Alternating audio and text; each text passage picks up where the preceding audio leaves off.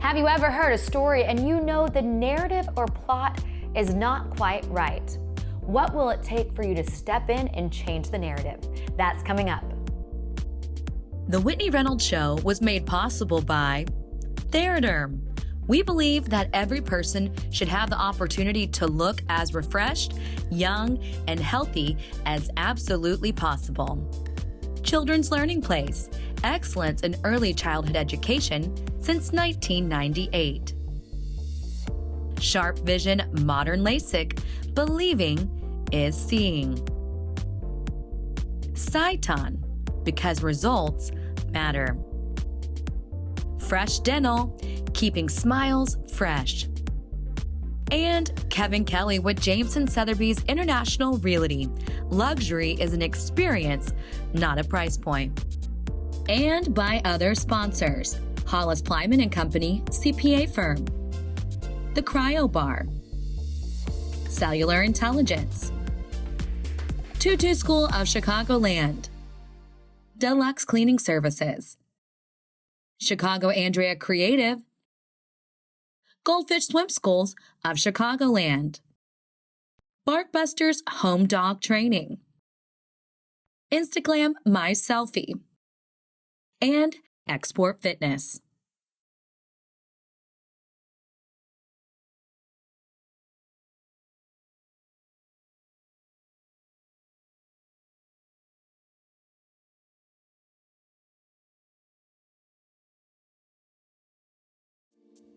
Some might call it real talk, direct, or outside of the box. Today we are discussing how we change the narrative in our lives, thought pattern, work, and giving back.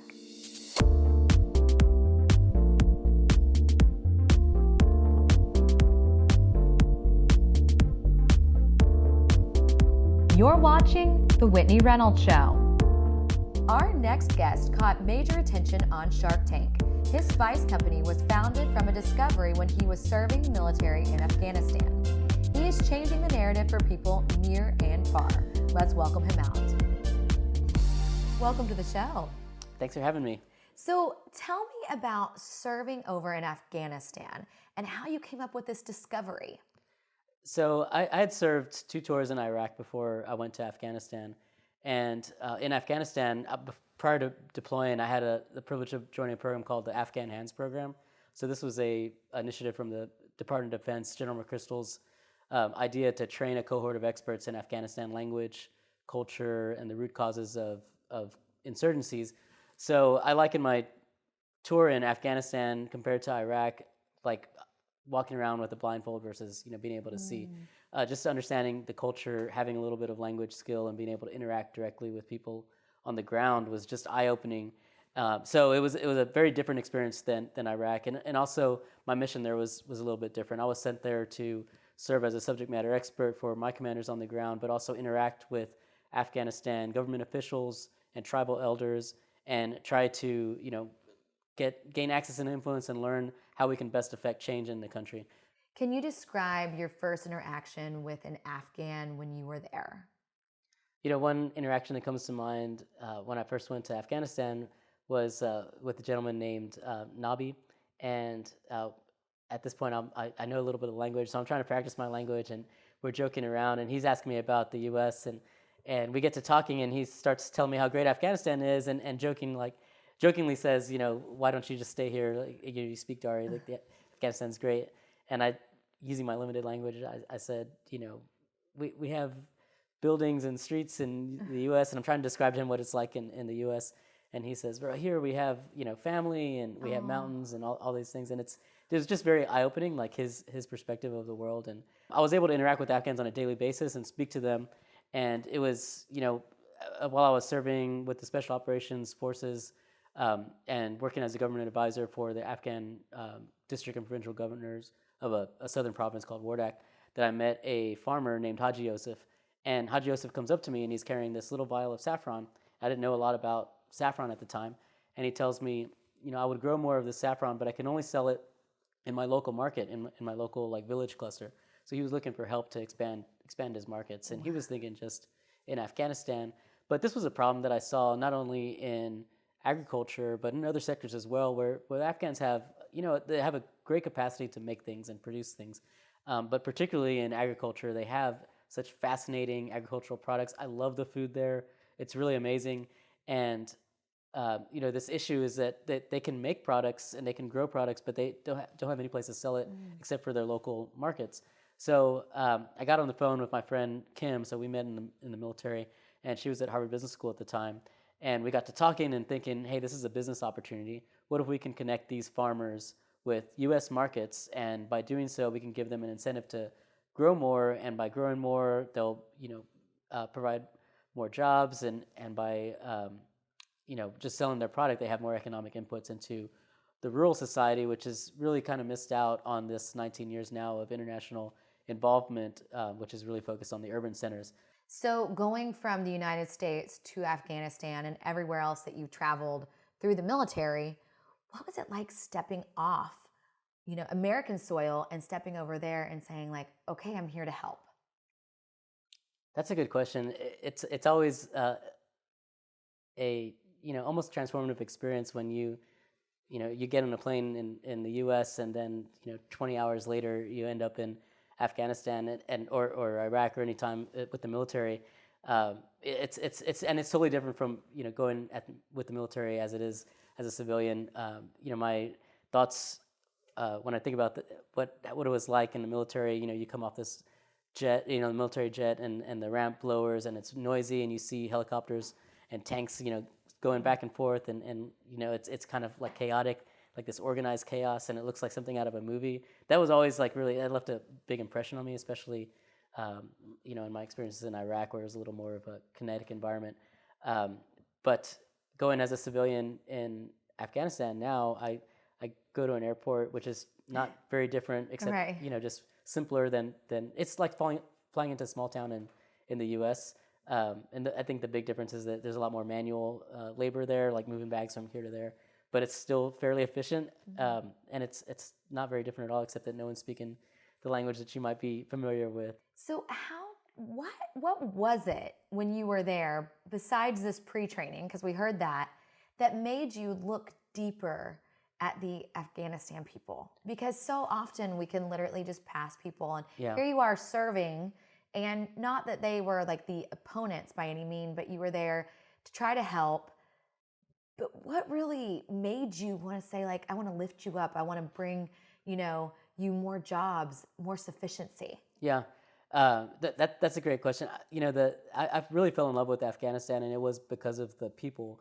They are by far the most hospitable people in the world, and they will give you everything, and they have so little.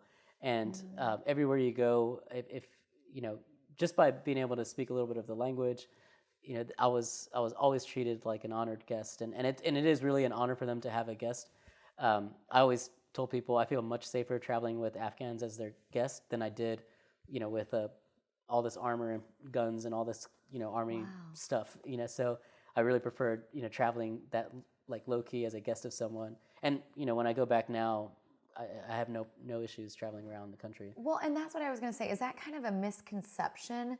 Definitely. Yeah, because I hear you say even travel to Afghanistan, I kind of, I mean, is it safe? The people are loving? Like, is that what you're telling me? Yeah, exactly. And, I wouldn't recommend it for every traveler just quite yet, but because it's still a country at war, and there's a lot of crime, and you always run the risk of, something like that happening to you. But, I don't find it very dangerous. And I actually love going there. It's really exciting. I mean, it's just such a natural landscape that isn't, you can just see how people live in a very simple way.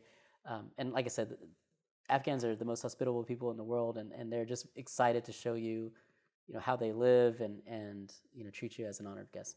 That is so cool. And one of the, today's show is on changing the narrative. And, some of that is how we perceive things, like how we look out and see it. And I have to say, when I saw your spice and I saw your story on Shark Tank, I thought, wow, this is, a company that really is choosing to help not only see these people for exactly who they are, but take them to that next level. How important has that been in your journey to like not only benefit for your business, but actually help the people over in Afghanistan? Yeah, I love the idea of changing the narrative, because I think that one thing that unites like veterans and Afghans is that so often our narrative is written for us. People view veterans as, broken, PTSD, having trouble, assimilating to society, and people view Afghans as, this country that's been at war. They think about Afghanistan with just war and opium, but, I've seen a very different side of Afghanistan, and I want to change that narrative for the Afghan people. So a big part of our mission is to change the narrative of Afghanistan. It's part of why we call our brand Rumi, which is, one of the most famous poets in the world from the 13th century, who's from Afghanistan. And we want to highlight all the positive things of Afghanistan, the world's best produce, the world's best saffron, and share that with the world. That is beautiful. So anything else that you want to leave our viewers with of like the misconceptions and how you've been able to turn that around? I think the most common misconception is that, it's difficult to do business in Afghanistan because of this war. But, we're doing the same thing that's been going on for thousands of years. We're just trading with farmers. We're buying spices from them. And they don't want a handout. They don't ask for anything. They just want to do business with you. And they want to, do the best they can as suppliers. And I have to say, when we, we're the first product to be sold nationwide in Afghanistan, probably ever, but at least since 2000. And so when I went back to Afghanistan, I showed some of our partners like the packaging, the products, and when they see like how nice the packaging is, and they understand that it's on U.S. shelves, and they see product of Afghanistan, it literally brings a tear to their eye to know that their product is being sold across the world, and it changes their narrative and their view of Americans too, because they might only know Americans from soldiers stomping around their fields looking like stormtroopers, but now when an insurgent comes around and says Americans are bad people, they say no, Americans are our customers. They're changing my way of life, and they're very proud to be connected to us in that way. That is so beautiful. Well, thank you so much for coming on today. Yeah, thanks for inviting me. Next up, we have an actor who is changing the script in several ways with his latest movie. Eugenio Derbez is not only shaking things up with his role, but also this lighthearted movie is tackling a major topic, bullying. Well, it is so nice to sit down with you again. Thank you. So the movie Dora, I'm telling you, I was watching it and I was thinking to myself, there's a lot of different themes about kind of changing the script, changing the narrative. When it comes to bullying, we saw that firsthand with Dora herself. One of the greatest messages of the movie is that Dora stays true to herself. Yes, she and does. at the beginning, she's with the weirdo in the high school. But then everyone realizes that she's amazing, that she's original, that she's unique, and she ends up being the hero because she's different. So that's a great message. Don't change, be yourself. I love that. And being noted as the most Hispanic influential male, I mean, that's huge. Yes. What does that mean to you? A lot of responsibility. That's why I opened my own production company, because I really wanted to do different kind of movies, because I was always being offered the same roles: the narco, the criminal, the drug lord, or the gardener and the cook. So I said, I need to change that. And the only way to change it is producing my own movies. So I started doing movies like Overboard, How to Be a Latin Lover, Dora. These kind of movies where we are portraying Latinos, but in a different way. So I think that's the message. Well, you're not only changing the script, but opening so many doors for people to come after you. Hopefully. Oh, it yes. will be. Let's just claim it now. Neil Karski, CEO of Street Samaritans, is changing the conversation when it comes to our homeless population. He is giving each person he comes in contact with a conversation, some help, and a whole lot of dignity. Let's take a look.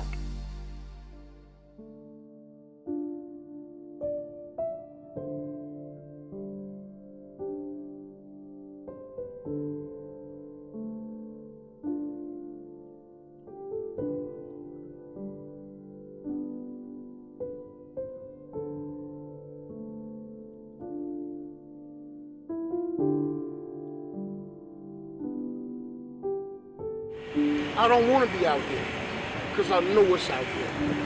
Drugs, violence, ignorance.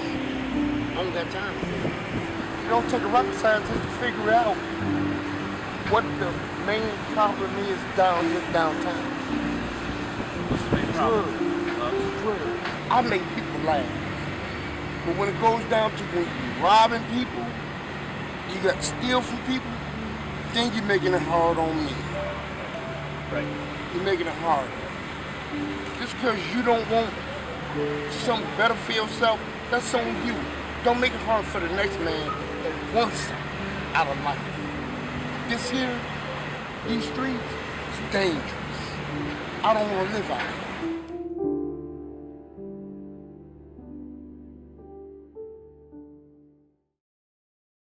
Welcome to the show. Thank you for having me.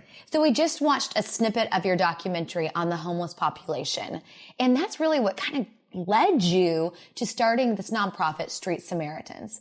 Tell us about the documentary. I think it was an inquisitive mission, a project for us to uncover these faces. So we wanted to get to know the people we're facing on a daily basis and understand their stories, understand why they're out on the streets, and understand how we can help them. What made you want to actually know their story? Because living in a city, you do pass homeless people. And sometimes a thought can form without you even knowing that it's there. And really, what made you want to understand these people for who they truly are? Because that is such a beautiful thing. And sometimes we're going so fast, we don't do that. Right. And I think for me, it's always been about challenging myself.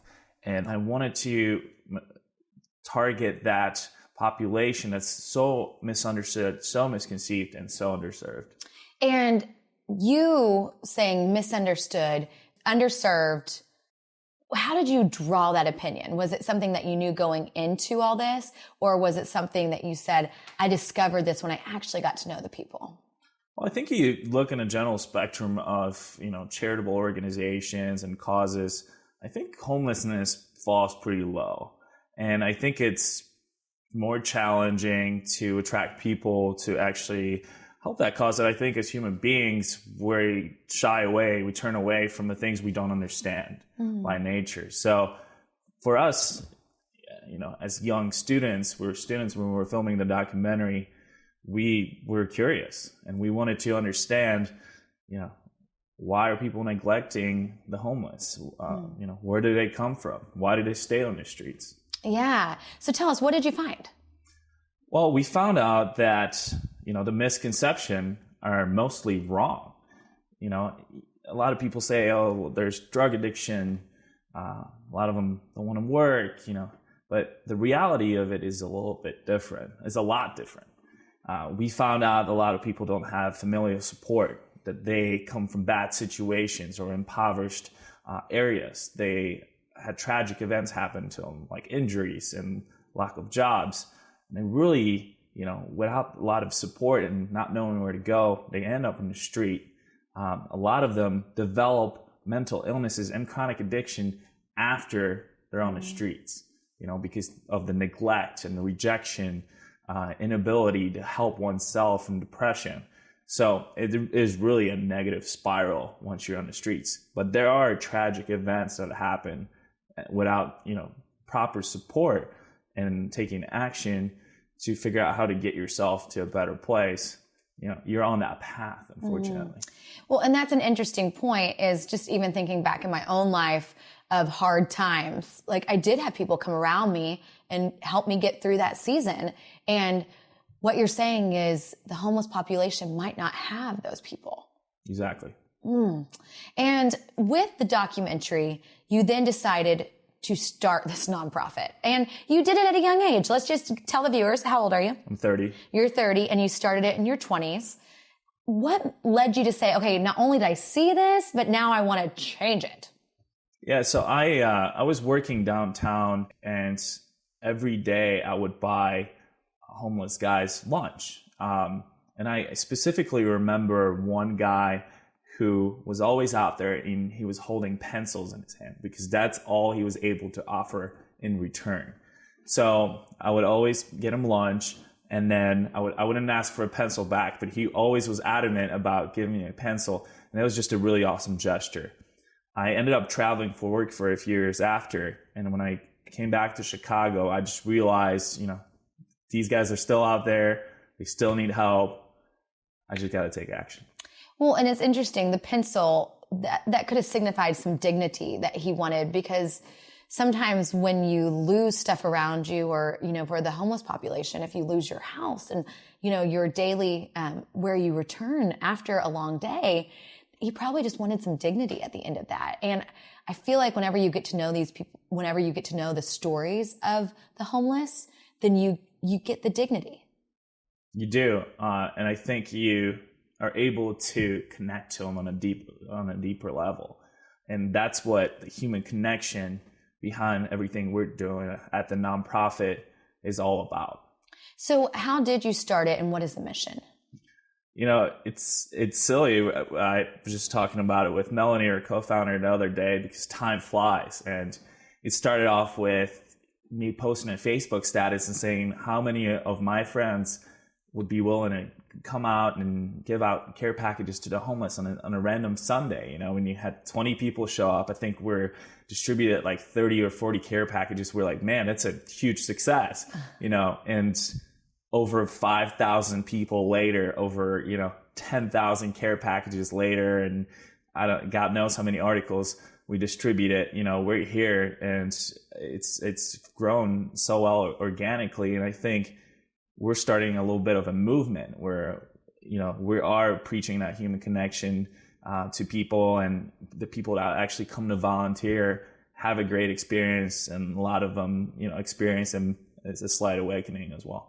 What's the biggest shift in the narrative for the homeless population that you've encountered? It is actually getting to know people's stories. It is treating them as human beings, providing a human connection, understanding that the formula for transition back into, call it normal life, whatever that is, isn't the same for everybody. And I think a lot of times I think we forget that we're all human beings. We have similar needs, but the complexity of every person's situation makes it that much harder to apply a one-for-all solution. So I think the next move for us is to make this outreach more individualized, but also understand the data behind it. That's wonderful. Well, thank you so much for coming on. Thank you for having me.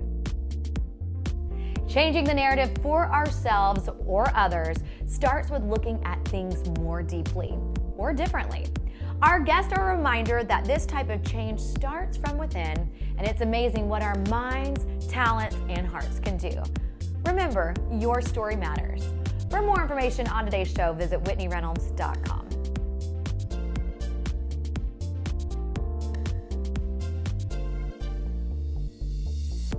Go beyond the interview with Whitney Reynolds' 52-Week Guide of Inspiration.